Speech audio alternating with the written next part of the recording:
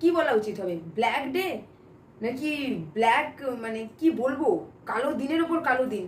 জাস্টিসের জন্য আন্দোলনকারীরা প্রতিনিয়ত এতদিন ধরে ধর্ণা আন্দোলন মিছিল করেছিল, সেসব খবর তো আছেই, আপনারা জানেন।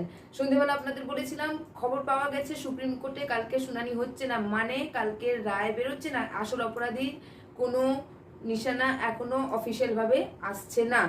তার মাঝখানে আজকে ছিল সারা পশ্চিমবঙ্গ জুড়ে মোমবাতি মিছিল, রাত দখল, আন্দোলনকারীরা মিছিল করেছে, ধর্ণা দিয়েছে মোমবাতি হাতে নিয়ে অন্ধকার রাত্রি এবং শ্রদ্ধাঞ্জলির উদ্দেশ্যে।